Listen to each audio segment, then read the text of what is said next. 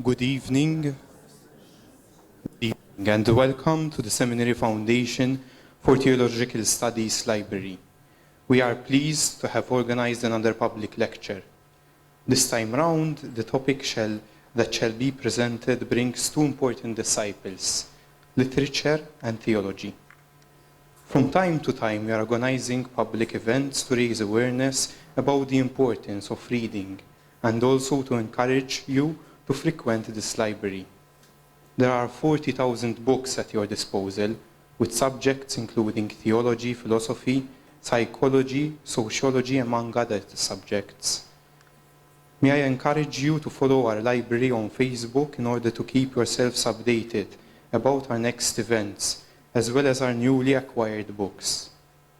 Let me now invite the chairperson of the Library Committee, Father John Berry, to give his welcoming speech.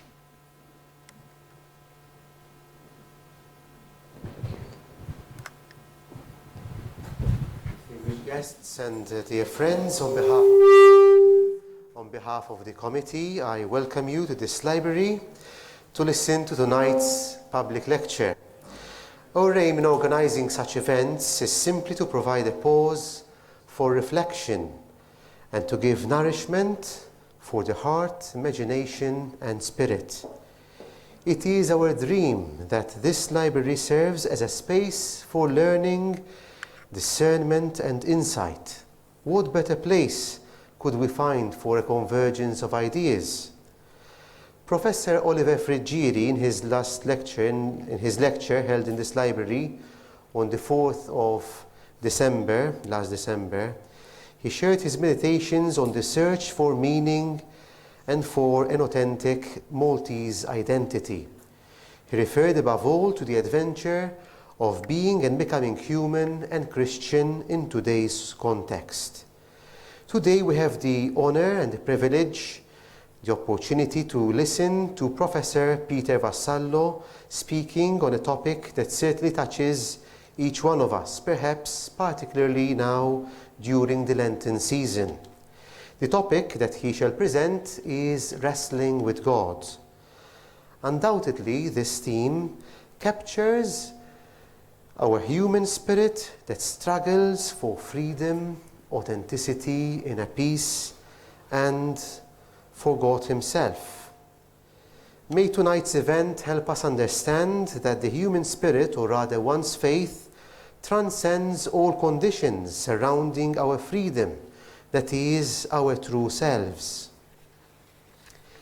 Allow me to thank Father Jimmy Bonnici, Director of the Archbishop's Seminary, who is hosting us in this place, as well as Father Hector, the President of the Foundation for Theological Studies, for sponsoring and fully supporting this library and all its initiatives.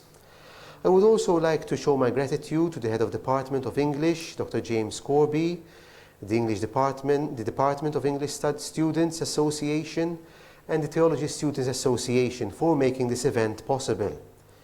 An occasion like this also gives me the opportunity to show my gratitude towards all of the committee members of this library. Mrs. Dora Castorina, Mrs. Irene Dye, Mrs. Janet Caruana, Father Joe Mifsut, Mr. Anthony Manjon, and Mr. Osmar Baldacchino, who provide generous help to all library users. I would also like to thank Professor Peter Vassallo for having accepted our invitation to give tonight's lecture. As I was preparing for this event, I remembered one of the sayings of Michael Paul Gallagher, one of my esteemed lecturers at the Gregorian University in Rome, who occasionally stated that, quote, "Theology is perhaps best expressed through literature," unquote. Indeed, literature can help us retrieve the symbols and narratives of faith that have become a foreign or lost language for many. The Christian poet T.S. Eliot once said, "The trouble of the modern age is not merely the inability to believe certain things about God, which our forefathers believed, but the inability to feel towards God and man as they did." Today's encounter will then serve us as an opportunity to discover what John Henry Newman called the religious imagination. And what better way could we do this if not through the expertise of Professor Vassallo, referring to different poets and authors revealing their interiority as well as deeper journey of prayerfulness. Peter Vassallo is Professor of English and Comparative Literature at the University of Malta. He holds DPhil from the University of Oxford, where he was Commonwealth Scholar and later Fellow.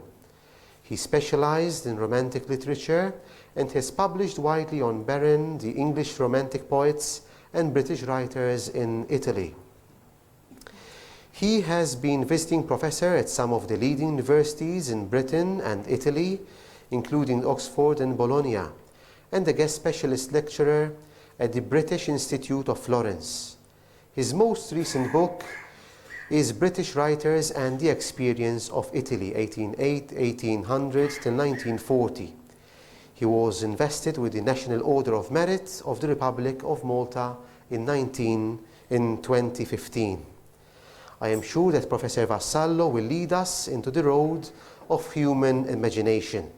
It is this privileged way that can help people reimagine their lives in God, or perhaps engage themselves in such a way that theirs could truly be a wrestling with God. Thank you for your attention.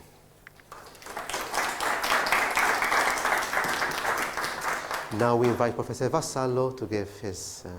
Thank you very much, Father John Berry, Dr. John Berry. If you don't mind, I can be sitting down.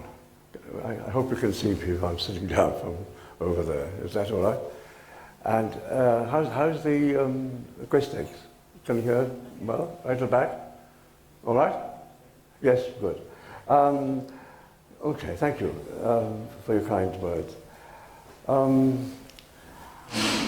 I am, as you know, a professor of English and comparative literature. Literature was my love ever since Father Christmas gave me a book on, Father Christmas was very wise. He gave us toys, but he also gave us books. And on King Arthur and the Knights of the Round Table. And of course, it sets me... I've been teaching literature now since I was 25, it's a long time ago, and literature and comparative literature. And I have to say, I'm not a theologian. This is from a literary point of view. My only experience of a kind of theology was a little bit of monastic existence. Because when I was finishing my doctorate at Oxford, my wife and children came down to Malta. School was going to start, and it was the last 3 months, and it was quite hectic, as everybody knows who's written a dissertation with a deadline, and the clock ticking louder. And I had to finish, and Father Castenbiel, the warden of Greyfriars, a monastery, Franciscan monastery and hall in Oxford, invited me to use the cell there, so long as I was on my own. And of course, I accepted. And that enabled me to work for about 14 hours a day, getting on, typing away, banging at my typewriter, as somebody said. And at High Table, I was given the privilege of staying at High Table. All of them were dons, and you know, dons are lecturers at different universities, but mainly at Oxford. Church history. One was writing a story of the Holy Grail. It was all like that. So I have to say it was quite high-powered. As I was sitting at High Table, there was an Irish priest, very nice, Father Tom Casey, Dr. Tom Casey, and he was talking to me, he was looking at me all the time, intently, and I was wondering. And he said, he turned around to me and said, I'm going to do the Irish accent. Father, he said, may I ask a question? Why is it that you don't have a beard? I said, because that's a special dispensation. Oh, a dispensation. He said, may I ask, Why the dispensation? I said, because I'm married. Is that another dispensation? and then, rather cheekily, I said, well, I have the same right to be called father as you have, because I'm a father of 3 children. I said, that must be yet the 3rd dispensation. That is my encounter with monastic existence, which could be very pleasant, of course. So my subject is the literary encounters with God. I've taken my cue from the Bible. You can see there this account of the wrestling of Jacob. I will focus on the notion of biblical resonances in literature, of man's attempt to comprehend the enigmatic and mysterious ways of God. They are enigmatic, certainly, as we would imagine. Of God's communication with man, as represented in the poetry of some of the major poets over the centuries. My starting point is the somewhat enigmatic biblical account of the story of Jacob and his wrestling with a man or angel near the ford or gorge of Jabbok, in the mountains east of Jordan, in difficult terrain. Part of it is a gorge. For Jacob, this is a moment of considerable anxiety. Years after deceitfully depriving his brother Esau of his birthright, you remember that, with the connivance of the mother, Rebekah, and now he's married to both daughters of Laban, Leah, Laban's eldest daughter, and Rachel the younger, with whom he first fell in love. Jacob and his wives have left the father secretly with some of his cattle and belongings, much to Laban's, the father's, dismay and anger. Jacob receives information that on the other side of the hill, his brother Esau, with 400 men, is on his way to meet him with hostile intent. The terrain is difficult, and Jacob sends his servants ahead as his emissaries with gifts of cattle, goats and camels to mollify the angry and resentful Esau. He withdraws a while in apprehension and prays to God, professing his unworthiness and reminding him of his promise, God's promise, to make him the father of a great nation. Then at nightfall, he finds a stranger confronting him and wrestles with him all night, as a result of which he is injured in the hip and limps away. The stranger, man or angel, refuses to give his name. But when Jacob reveals his, the stranger renames him Israel. That is, in Hebrew, struggles with God. An interesting approximation would be in Maltese. Is Selet El. Is Selet El. It's an approximation, but it gives you the impression. So, anyway, he struggles God face to face. Jacob, limping away, names the place Phanuel or Penuel. That is the place where he saw God face to face. In passing, I should mention the significance of naming in ancient Hebrew.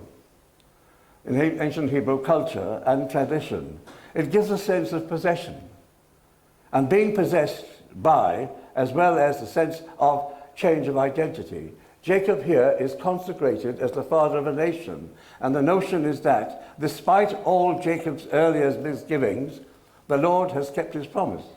Jacob is aware of this and names the place of his divine encounter with God. The naming is important, for in it he asserts God's presence and God's appropriation and power over him.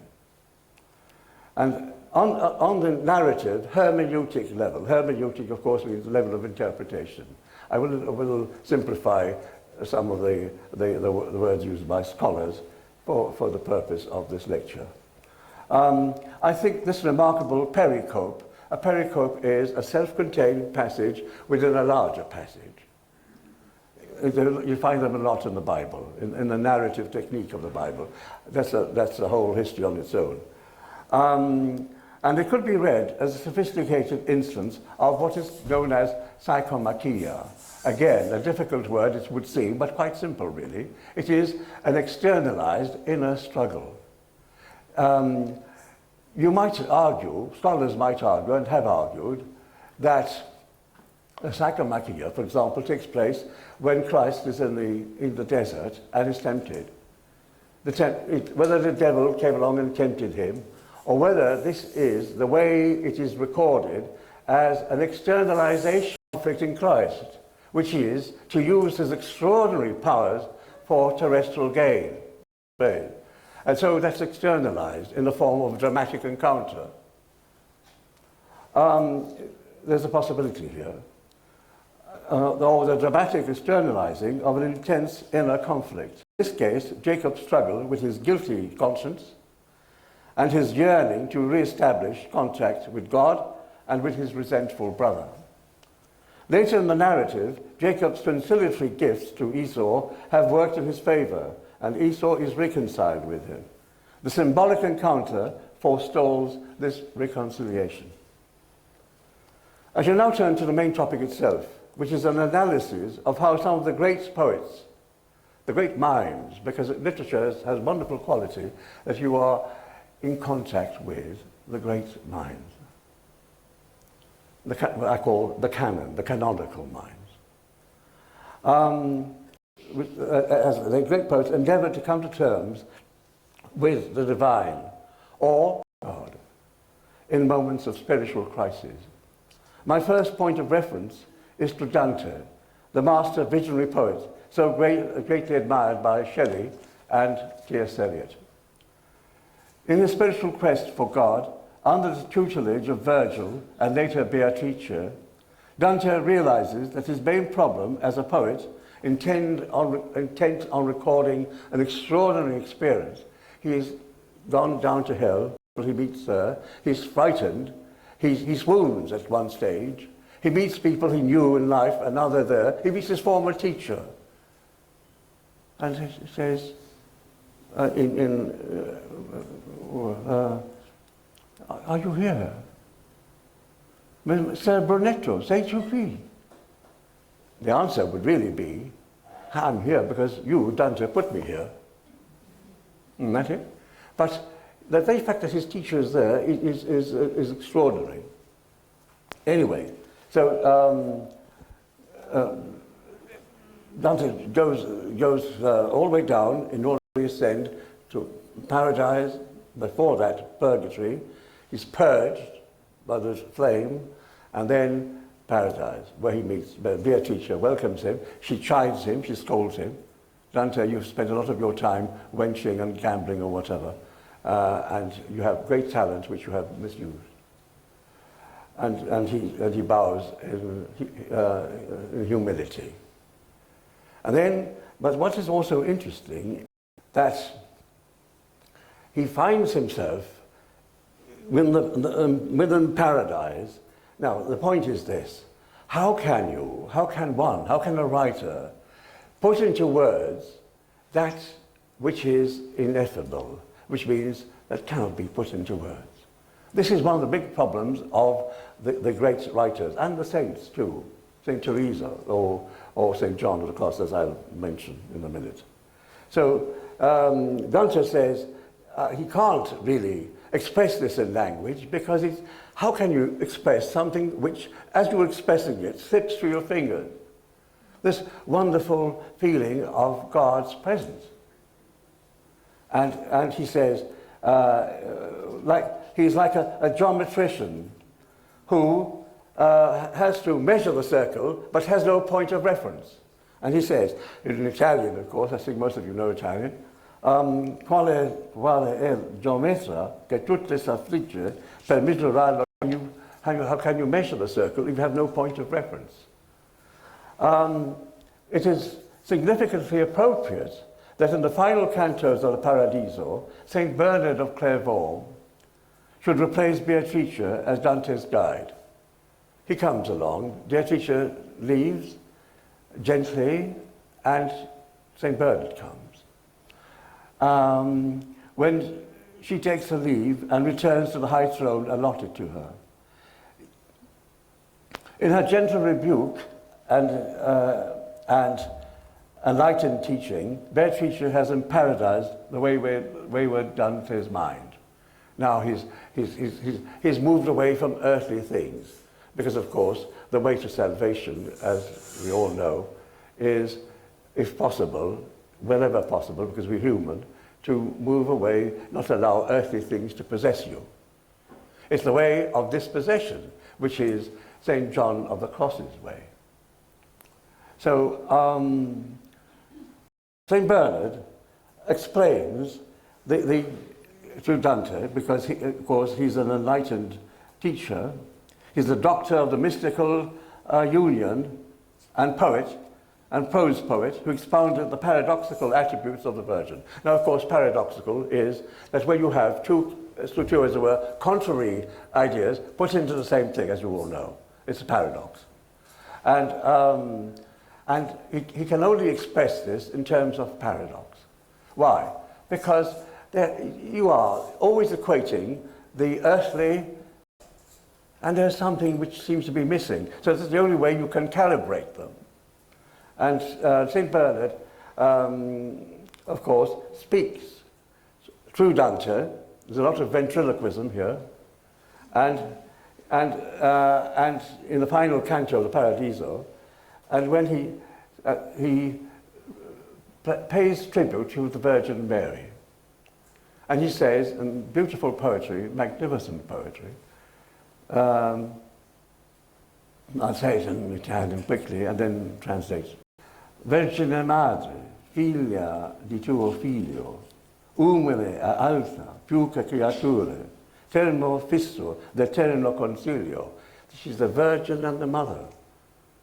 Figlia, are difficult things to understand. But this is St. Bernard, and Dante felt he had to rely on St. Bernard because he was no theologian himself. He was a poet. A very fine mind, yes. Was the great, one of the great doctors of the church. So this is how Dante tries to come to terms in this Paradiso, in the paradise that he envisages, with the difficulty of expressing the numinous, the divine. Now, the sense of frustration in expressing the ineffable, in recording the mystical experience, in his encounter with the divine, is pervasive in the poetry of St. John of the Cross, San Juan de la Cruz, one of the great mystics of the church. Most of his fine poems, poetry, beautiful poetry, center around the paradox that the only way to possess the Lord is about possession. Possession has many meanings, as you know, and I'm going to refer to this later on. Possession is the way of dispossession. The poems show the influence of the Psalms, the Canticle of Canticles, particularly, and also Arcadian love poetry. Love poetry, in this very profound meditations on, and you'll see why.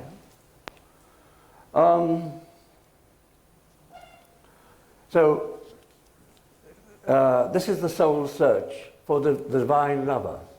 He's the divine lover, God. He loves us all. He's the divine lover. And the soul, el alma, in Spanish, of course he wrote in Spanish, but I'll translate quickly, it's not that difficult. Makes use, St. John of the Cross makes use of Arcadian poetry, love poetry, the love romance. Now, love romance in a spiritual context, strange. But he does, in the terms of 16th century love poetry.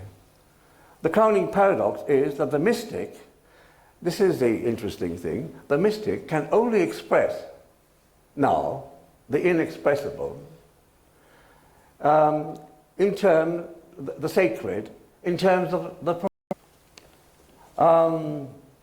and the soul is transformed into a female lover who leaves her house quietly at night to meet her loved one.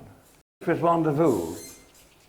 And that's San Juan's expression of the divine mystic's yearning for a secret encounter with the divine. And the opening verses of La Noche Oscura dell'Alma, the dark night of the soul, it's a very beautiful, it's poetry. Poetry with religion, as it were, around it, so tinged with religion, but poetry mainly. Dramatizes the secret encounter. You'll probably understand it. En una noche oscura, in a dark night, con ansias en amores inflamed with love. Oh, dichosa aventura. Oh, how happy adventure. Salí, I went out, sin ser notada, without being seen, like a secret meeting with a lover. Estando ya mi casa sosegada, having left my house in peace. These expressions, and St. John of the Cross is one of the great religious minds.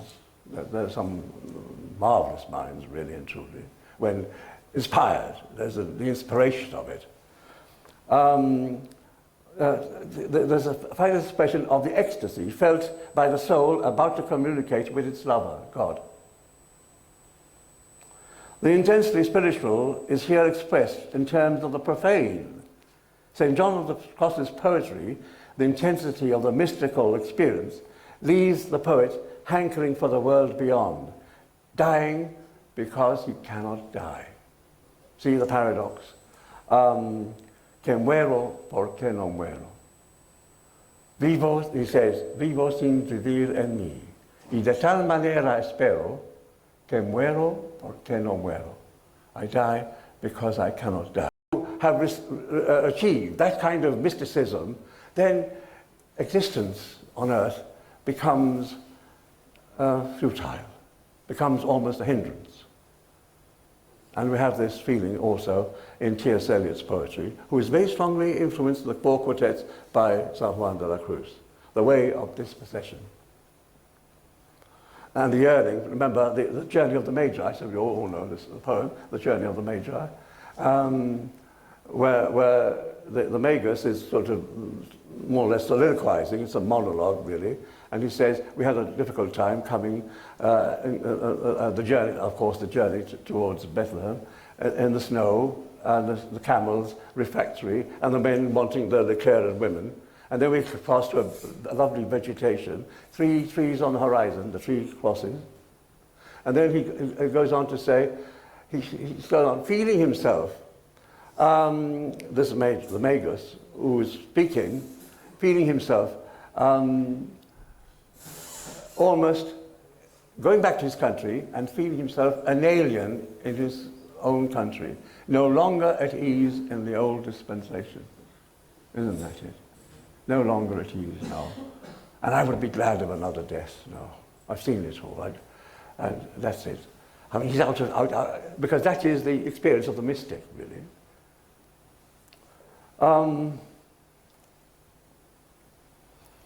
Now I move on to, from St. John of the Cross, move on to Milton, John Milton. We all know quite a lot about Milton, so I'm not going to give you any details. But as we know, he was a classical scholar. He knew Greek and Latin mythology inside out, and you can see it in his Paradise Lost. And he incorporated all that into his poetry. But before I go on to Milton, I have to make one point that I should have made earlier, and that is that the sacred in terms of the profane. Now, the great sculptors, the great painters have done this, the sacred in terms of profane. I have in mind Gian Lorenzo Bernini's sculpture of the ecstasy of St. Teresa. You know the one. It's in the church of La Madonna della Vittoria in Rome. It's a very beautiful statue. Unfortunately, it's a bit too high up. It should be further down, because you can look at it. And there you have an angel etc., pointing at St. Teresa in ecstasy. The beautiful marble coming out like flames. It is a woman in deep love, as it were. So the profane is there, but it also goes beyond it. And that is what the great Gian Lorenzo Bernini managed to do. That this fusion of love, which is both physical, because there's a woman there, but it's also spiritual. Amazing. Now I move on to Milton. Milton, as we know, was Commonwealth Secretary. He very well versed in the classics, extremely well versed. He was a Republican. He was against the monarchy, the abuses of the monarchy, Charles I, the lavish court. He was a Puritan in his own way. And he had become Commonwealth Secretary.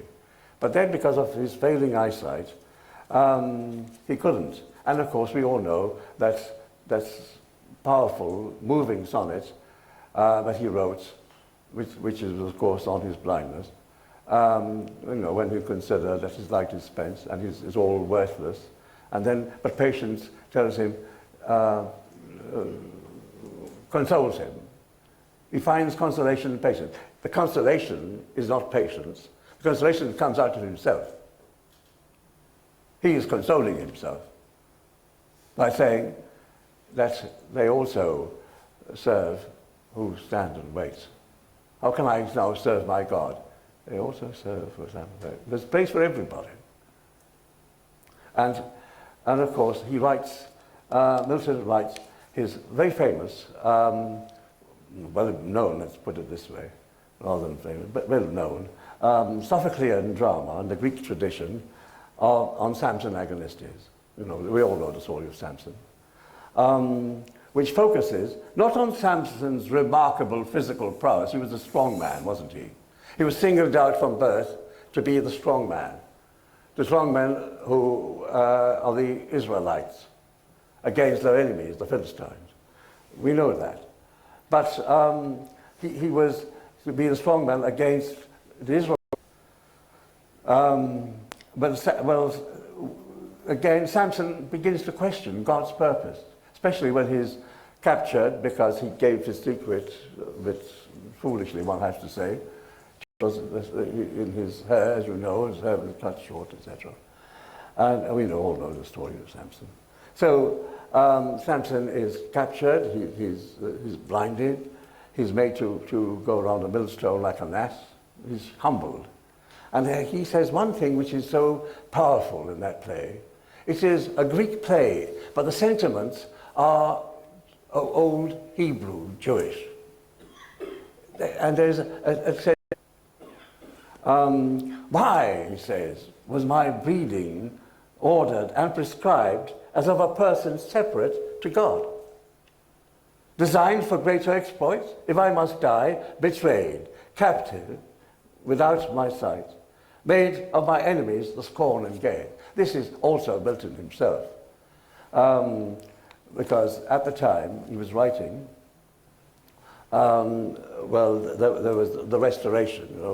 Milton was in favour of Charles I, of the execution of Charles I. They were called the regicides, the generals and Cromwell. He was in favour of that. Now, characteristically, Milton magnifies the spiritual aspects of Samson.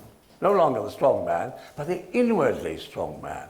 The strength comes from within, at the expense of God. Samson's regeneration at the expense of God-given strength, which was originally highlighted in the book of Judges.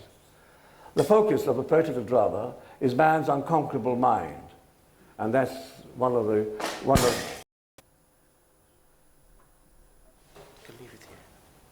Is that okay then? Yes, it's fine. Can you still hear me? Okay. I dropped the power. The power that went into Samson, I think. The power point. The source of power. Anyway, thank you. I'm always clumsy, I have to say. So Samson questions this. if I was singled out for that, why was this allowed to happen? And of course, one remembers there are parallels with Milton's own predicament after the Restoration. He was blind, cowed, and in fear of his life. At one stage, they were thinking of arresting him and killing him. And he has to endure the taunts and insults of the jubilant followers of Charles II, who is being restored. Samson's anguished exclamation and conveys a feeling of helplessness bordering on despair at being abandoned by the ways. Why? The people questioned. Why was my breeding ordered and prescribed as of a person separate to God, designed for great exploits, if I must die, betrayed, captive, and both my eyes put out, made of my enemies the scorn and gaze? To which the sympathetic chorus, written by Milton himself, obviously, supplying a kind of therapeutic hymn, say, tax not divine disposal. Do not blame God or God's reason. Wisest men have erred, and you have erred. He has erred in stupidly giving his secret a Philistine of the enemy camp. So anyway, characteristically, Milton magnifies the spiritual aspects of Samson's regeneration at the expense of God-given strength. The focus of this poetical drama is man's unconquerable mind, which overcomes dejection and re-enters into harmony with the taskmaster. Samson's mental resilience, God's champion, coalesce to prepare him for one last fatal encounter with the Philistine overlords. Remember, he was made to perform for the feast of Dagon, the god, and he, of course we all know, he rests on the pillars and brings the whole thing down, and killing so many and himself. And that's the point. So Milton makes it clear in the words of the chorus, commenting philosophically on the action of the play, as in the Greek plays, and in Greek tragedy, for itself, the play itself encases the querulous Hebrew cast of mind, but it's written in the Greek tragedy, and there are distinct echoes of Job's complaints to God, remember? And with regard to the treatment of his elected heroes within the structure of ancient Greek drama, the seeming ambivalence of his last supreme, is it suicide, suicidal act? It could be interpreted as such, is moved over in the chorus's assertion that it's not an act of vengeance, but an essence purgation and realignment with the will of God. The chorus, in fact, preempts all talk of suicide and vengeance in the final address. Samson is rehabilitated, responds to the inner light, and arouses himself into performing his last devastating, perhaps suicidal, piece of strength, which destroys the Philistine leaders as well. And the chorus tells of course, at the end you end up with a sense of purgation, catharsis, getting it out of your system. Milton, in writing it, was getting it out of his system. All is best, we're told, though we oft doubt what the unsearchable dispose of highest wisdom brings about. Milton's dramatic adaptation of the Samson story in the Book of Judges enables him to attempt to fathom the unsearchable dispose of God's plan. And that is one of the big points about all these authors and writers and poets who try to understand God. The drama is written, of course, in the manner of Sophocles' Oedipus Colonos, and ends on this note of catharsis I've already mentioned, getting it out of the system, which affirms the righteousness of the purpose. The purpose is God's purpose. And all calm of mind, all passion spent. Now I've referred to John Donne. John Donne was an extraordinary man, extraordinary mind. He was a poet, of course, and he had a very fine intellect. When in his youth, he was a man about town. He frequented the ladies and the theatre. Later on, he became a priest. Well, he became, he switched over from a Catholic family, and then, because he was tired of knocking at preferment's door, he decided to switch over to the Protestant. And he was then made Dean of St. Paul's, very important. And of course, he wrote excellent poetry. His love poetry is now changed into religious poetry. And he also wrote splendid sermons. One of the sermons, of course, is when he says, "No man is an island," remember.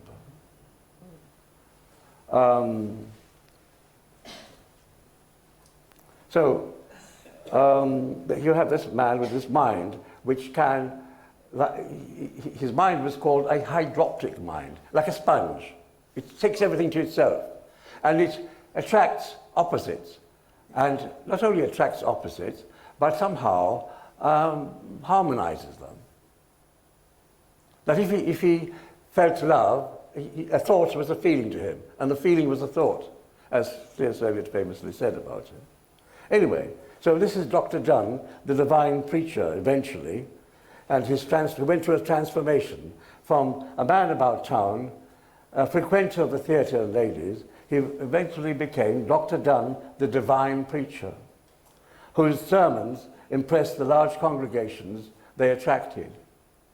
Donne was born into a Catholic recusant family, low-key, not making themselves, because they were underprivileged, as he says, and regarded by the authorities with suspicion. Later, he disloyally shifted to the Anglican orders when he wanted to a better salary, and wanted a better social position. So there's a sense of, now, it's of course, we know it as apostasy, when you leave your religion to move over to another. And this apostasy, as John Carey has said, John Carey wrote an excellent book on Donne called A Study of Donne, John Donne, His Mind and Art, caused considerable qualms of conscience.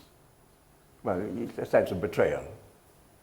He betrayed his inner feeling, which he tried to shake off in his religious poems and also in his love poems, where he transferred his disloyalty, this is interesting, he transferred his disloyalty by attributing to women his own lack of constancy. He says, well, it's the women, not the women. And he got it out of his system by putting it on to somebody else. In this case, his later poems are marked by his obsessive fear of death. He has himself painted in his death shroud, and which he tries to exorcise the notion of death in that famous sonnet, "Death be no proud, though some have called thee mighty and dreadful, for thou art not so." It's a very fine poem. And he also wrote a remarkable sonnet. It's known as in the Divine Poems. And the Divine Poem sonnet is "Batter My Heart." Donne had a strong masculine voice. He said he didn't want to be soft and like the sirens. Not to tempt, but to make people, to jolt people into reading, into action. This is how the poem starts. "Batter my heart, sweet person God, for you as yet but knock, breathe, shine, and seek to mend, that I may rise and stand. Overthrow me, and bend your force to break me." Now, batter my heart reminds you of a battering ram.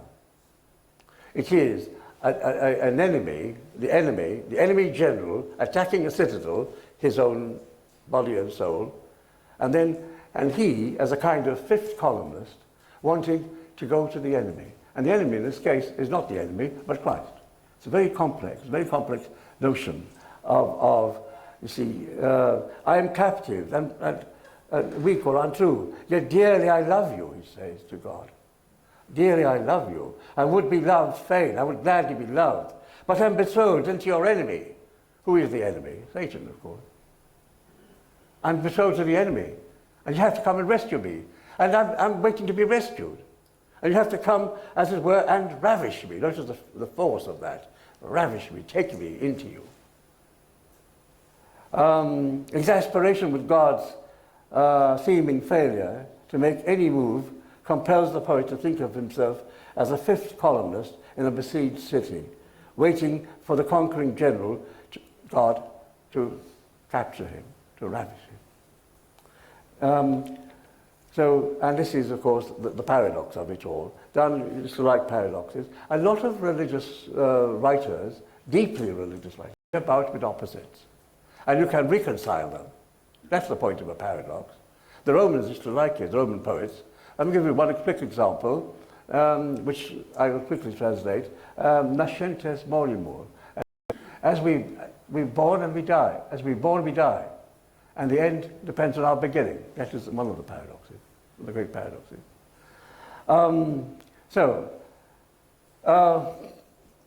About religious poetry, I can now move to another metaphysical poet, different type, quiet, tranquil, gentle, George Herbert. Unlike Donne, whose poems vibrate with his very strong personality. Now, that's another thing, the strong personality. Because the point is this: you need a strong personality to express things which are difficult to express, and to contend with God. But God demands that you, and the spirituality demands, that you suppress that very personality. So it's a suppression of personality, as well as the personality that. Of course, the famous poem by Herbert, George Herbert, who was a Cambridge scholar, very clever man, taking up orders, holy orders. His mother was also, Lady Madeline Herbert, who was a very religious woman. And the son is writing a sonnet which he shows to her, gives her. And it's not quite a sonnet, it's a poem. And it's called The Collar, putting the collar on. And of course, is one of his best known poems, and it fluctuates between recalcitrance, reluctance to put the collar on, and feelings of inadequacy and ultimate submission. Of course, you have the assertive, you probably know this poem, it's very well known. The assertiveness of the opening lines: I struck the board and cried, struck the board and cried, no, I will abroad, I won't, I won't. I will abroad, I don't want. And then the meek self-questioning of, is the year only lost to me? Have I no bays to crown it? No flowers, no garlands gay, all wasted, have I done nothing? Which can lead to a bit of dejection too. And then the climax of the poem, which is so well, it is contrived. It doesn't come naturally as Donne's poem does, hard, batter my heart, deep person God, for no, take me, ravish me. No, it's and grew more fierce and wild at every word. Methought I heard one calling, child. And I replied, my Lord, Captain.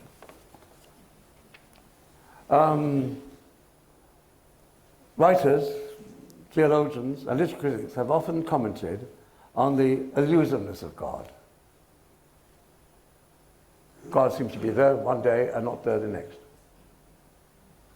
I speak from my own experience of prayer. He seems to be there when I was in my teens. It was always puzzling.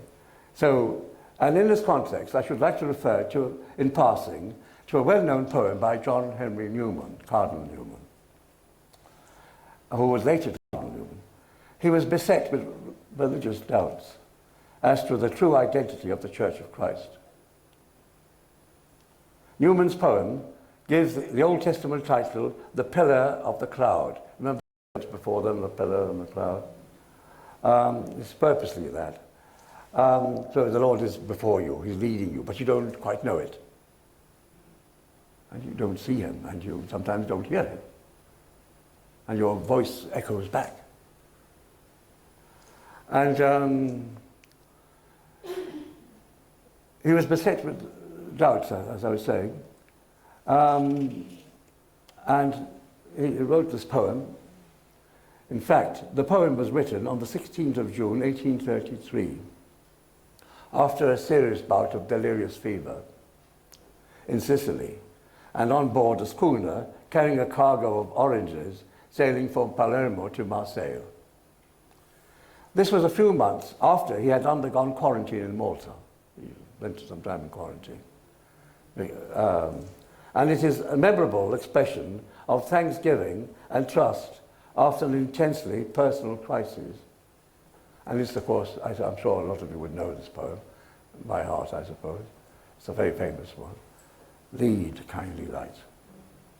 Lead thou me on. Lead amid the encircling gloom, lead thou me on. The night is dark and I am far from home. Lead thou me on. Keep thou my feet. I do not ask to see the distant scene. One step is enough for me. He was the vicar of St. Mary's at Oxford and a pastor of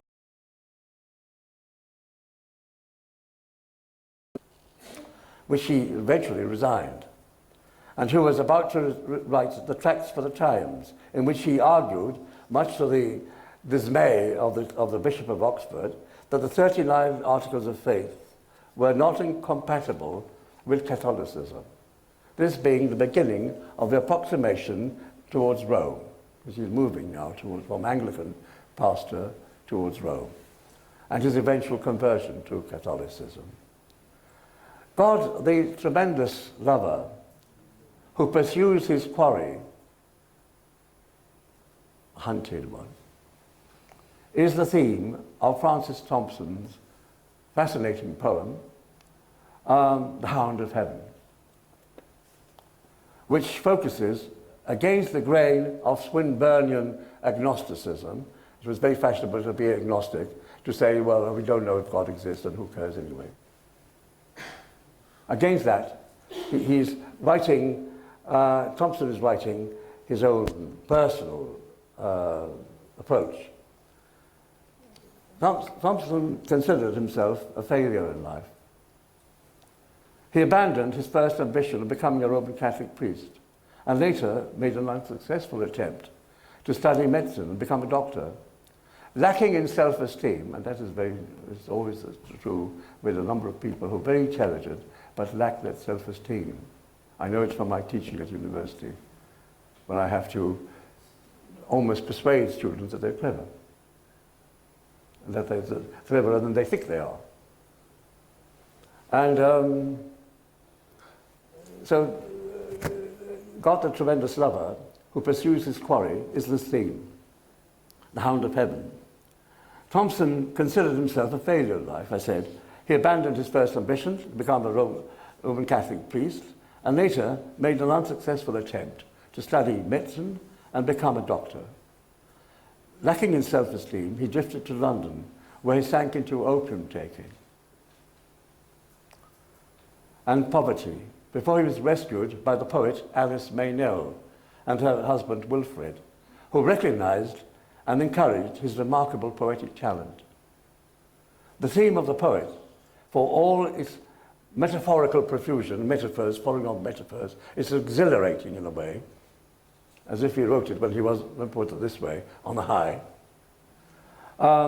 is that of the sinner pursued by a benevolent God. And it's famous now, because it's very well known.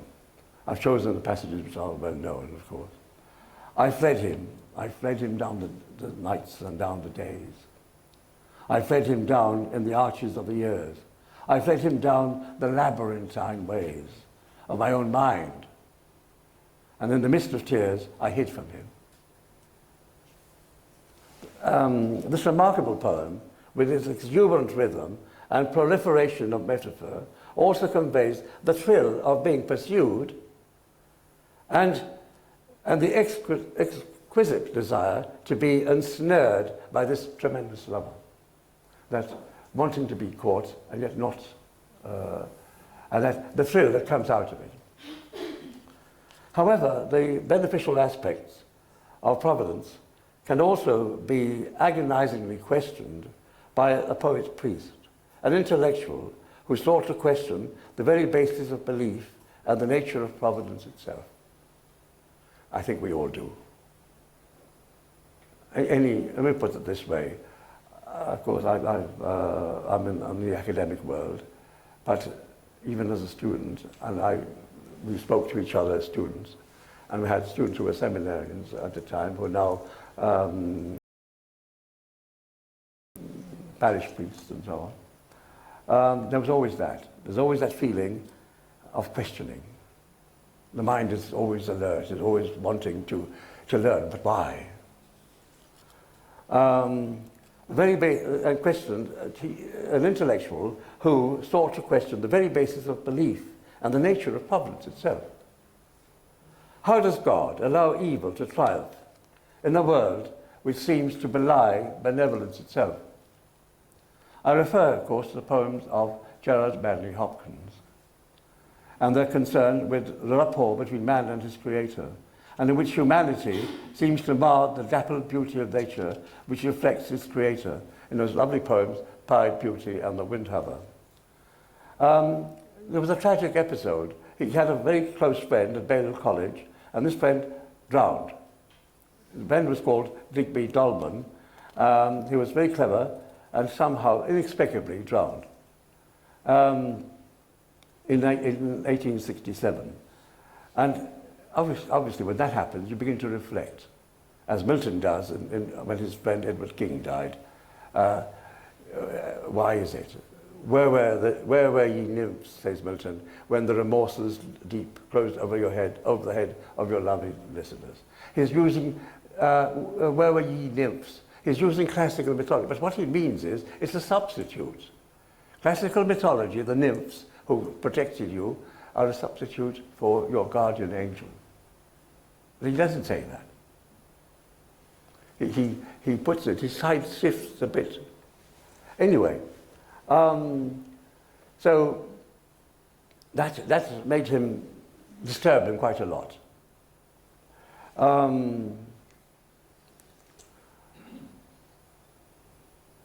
One of his finest poems, I'm talking about Gerard Manley Hopkins, is the famous Wreck of the Deutschland. One of his finest poems, of course.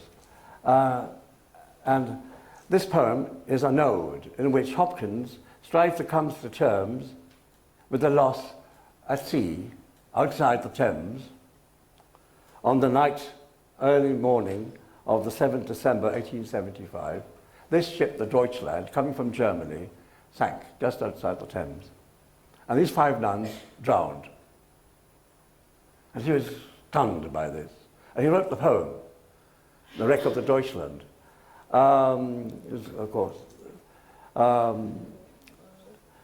And he comes to terms, he tries to come to terms with the loss of 5 nuns who were compelled to leave Germany by the draconian Falk laws.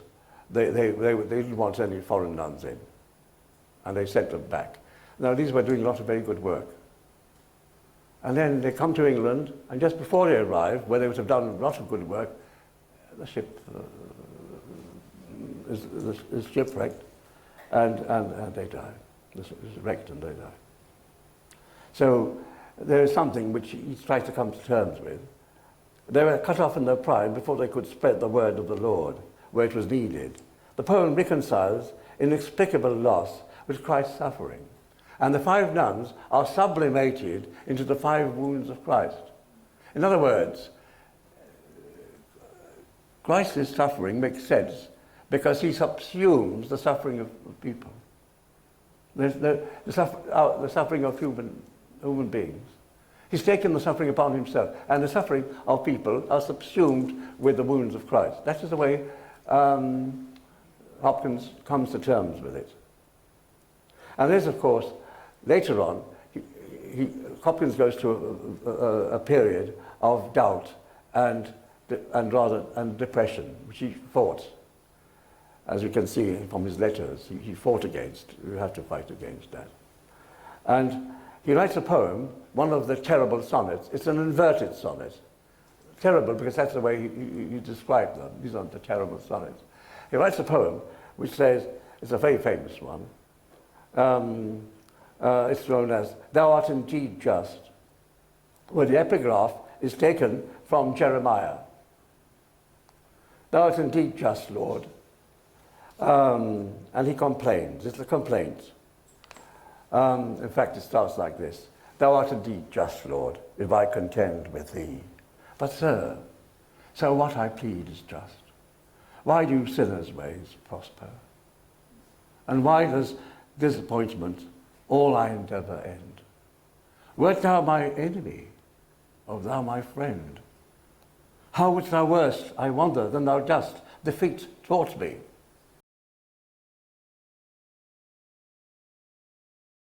It comes from Jeremiah.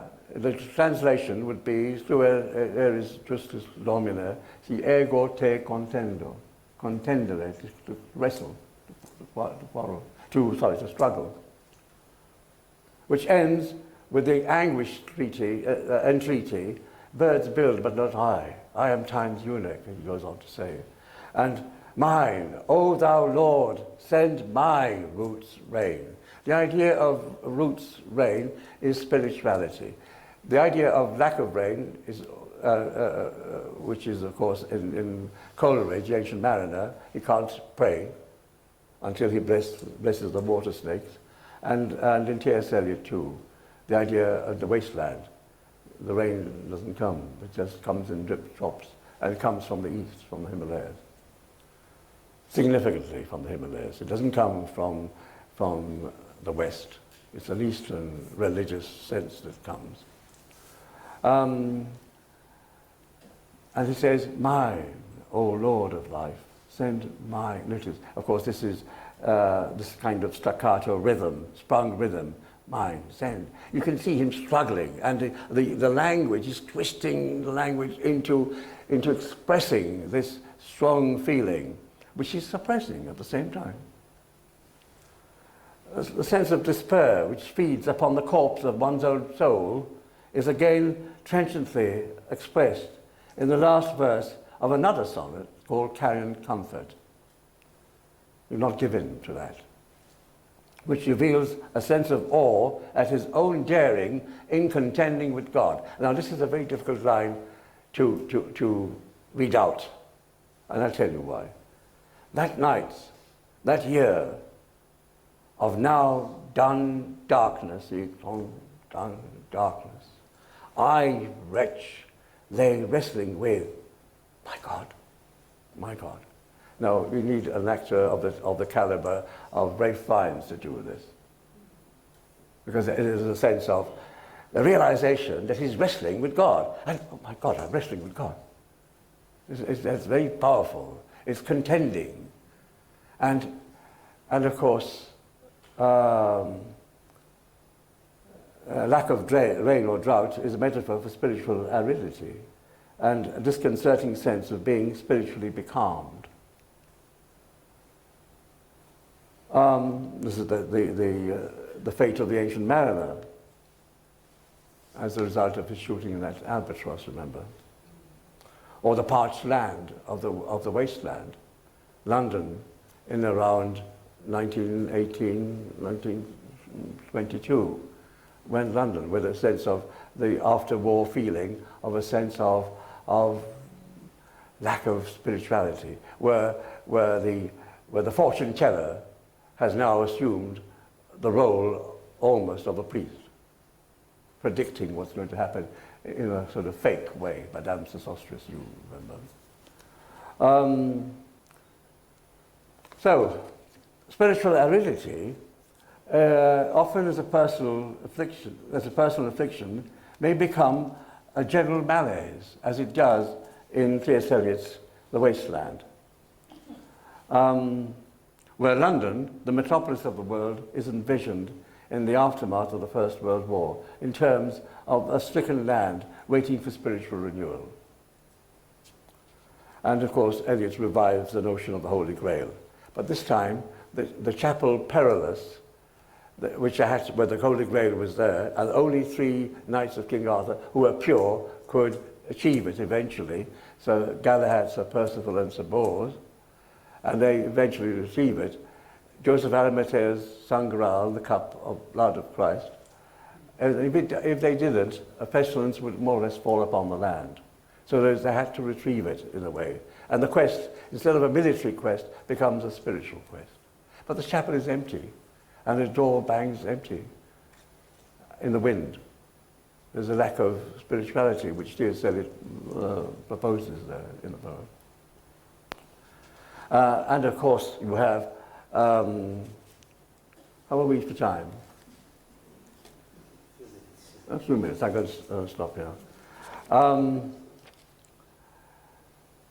You have a sense of spirituality again in T.S. Eliot's Ash Wednesday. Ash Wednesday is about conversion, converted, turning round. But it's also about the problem of dispossession of the self, emptying the self. It's about climbing the stair towards God, which is difficult. And it's about, it's about the difficulty of the sinner, the repentant sinner, who now has to know what to do. And there's a line, teach us to care, not to care. You have to care for life, but at the same time you don't. And that's a kind of paradox, isn't it? Teach us to care, not to care. And of course, Ash Wednesday is interesting because it also starts with a ballad, a love ballad, sent by Guido Cavalcanti when he was going to exile to his mistress. It's in Italian, it is Perché non spero di tornar giammai, ballatetta in Toscana. It's a profane thing. A man to his mistress, he's sent into exile, he won't see his mistress, he's sending her poem instead of him, to replace him. And Eliot takes that, the first line, because I do not hope to turn again, and changes it from the profane into the sacred, as I was saying earlier on. So I have a few minutes left, so I might as well come to the end. These are the literary encounters with God. Of course, this is material which I'm slowly writing a book on the subject, which is so fascinating. And of course, it's much wider than that. This is a sample, really, just to show you how wide it really is. These are literary encounters with God, wrestling with God, and have necessitated the metaphorical journey through various routes, the way of dispossession and self-annihilation, which is John of the Cross. The cosmos of theological speculation, Dante. The straight road of righteousness, Milton. The rough path of apostasy, Donne. The sea of darkness, lead thou me on in the dark. One step is enough for me, Newman. And the mire of despondency, Hopkins. Thou art indeed just if I contend with thee. But sir, so what I plead is just. Why do sinners' ways prosper? And why does disappointment all I endeavour end? O wert thou my enemy, O thou my friend, how wouldst thou worst defeat towards me? So, the mire of despondency, Hopkins. The winding corridors of the labyrinth of the mind. Thompson, fleeing away and yet wanting to be caught. And the fluctuation in the sea of philosophical speculation, T.S. Eliot, in the Wasteland, in the Four Quartets, and also in Ash Wednesday. Well, I think I've said enough.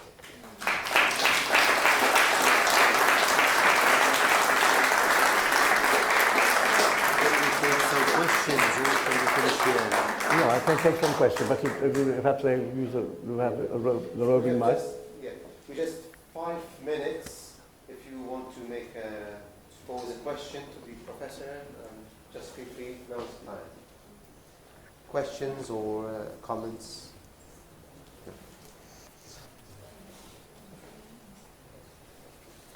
There's also a roving mic.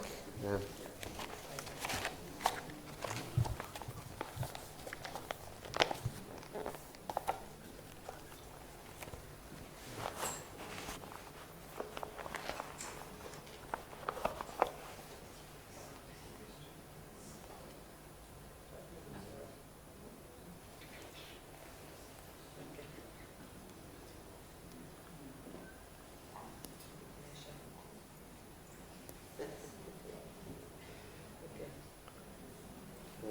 In that case, I think we can come to an end.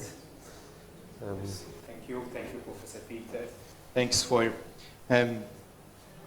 presenting to us these literary works, because in them we find expressed the author's struggle, but we also find our struggle. Thank you. And thanks to all of you for being here with us tonight. May I remind you also to like our Facebook page, the Theological Library Facebook page, to keep yourselves updated with our upcoming events. And before we continue our journey, before we continue struggling with God, let us have some light refreshments, some tea and coffee. Thank you and good night.